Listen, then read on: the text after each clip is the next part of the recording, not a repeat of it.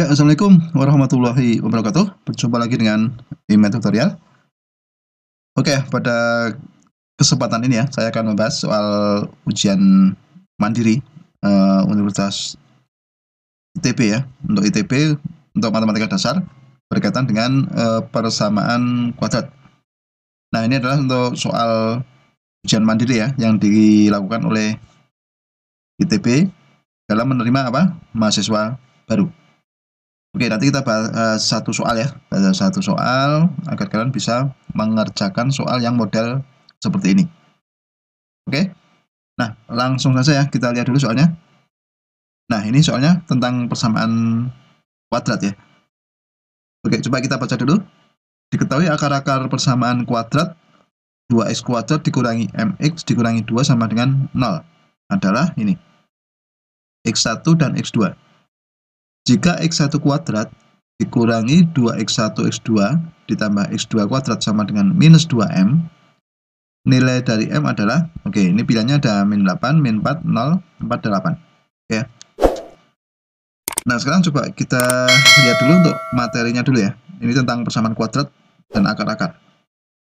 Misalkan gini, kita punya persamaan kuadrat ax kuadrat plus bx plus c sama dengan 0 ya, yang memiliki akar-akar x1 dan x2.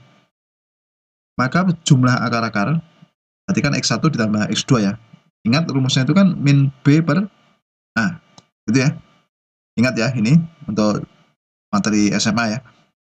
Kemudian kalau hasil kali akar-akar, itu kan c per a. Oke ya. Sudah ingat dua rumus ini ya. Nah, sekarang kita gunakan. Kita manfaatkan dua rumus ini untuk menyelesaikan soal. Nah, pada soal itu diketahui apa? 2x kuadrat dikurangi mx dikurangi 2 sama dengan 0 memiliki akar-akar x1 dan x2.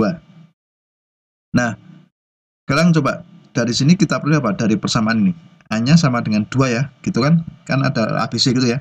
A-nya sama dengan 2, B-nya sama dengan minus M, kemudian C-nya sama dengan minus 2. Oke? Nah, sekarang coba kita cari jumlahan akar-akar. X1 ditambah X2 berarti kan min B per A. Berarti B-nya kita ganti dengan minus M. Sehingga minus M per A-nya 2. Kita ganti dengan 2. Nah, dari sini kita peroleh apa? M per 2. Jadi jumlah akar-akar X1 ditambah X2 sama dengan M per 2. Sekarang kalau hasil kalinya X1 dikali X2 itu kan C per A ya. Nah, C-nya berapa? Minus 2 kita bagi dengan 2. Sehingga diperoleh minus 1. Nah, jadi hasil jumlah sama dengan M per 2. Hasil kali akar sama dengan min 1. Gitu ya, paham? Nah, sekarang gini. Dari depan tadi kita peroleh ini. Gitu ya. Nah, sekarang kita akan mencari nilai M. Ingat, tadi di soal diketahui x1 kuadrat dikurangi 2x1 x2 ditambah x2 kuadrat sama dengan minus 2m. Nah, langkah pertama coba kita manipulasi yang depan ini ya. Kita manipulasi, kita buat bentuk aljabar yang baru. Ini kan bisa diubah menjadi ini ya. X1 kuadrat ditambah 2x1 x2 ditambah x2 kuadrat. Nah, dikurangi 4x1 x2. Nah, ini kan bentuk yang bawah ini kan sama dengan bentuk yang atas ya, nilainya gitu ya. Nah, nilainya sama tanpa merubah nilai. Nah, kita buat seperti ini. Nah, kemudian perhatikan di sini. Kita buat bentuk sederhana. Ini kan merupakan bentuk persamaan bentuk kuadrat ya. Bentuk penjumlahan kuadrat yang sempurna ya. Sehingga kalau ini kita tulis itu menjadi ini. X1 ditambah X2 dikuadratkan, gitu ya. Dikurangi 4x1 x2 sama dengan min 2m. Nah, intinya dari sini perhatikan, kalau ada bentuk soal model seperti ini, intinya kita harus bisa memanipulasi atau mengubahnya nanti ke dalam bentuk jumlah dan hasil kali akar, gitu ya. Karena yang kita punya itu apa? Jumlah, nilai jumlah dan hasil kalinya.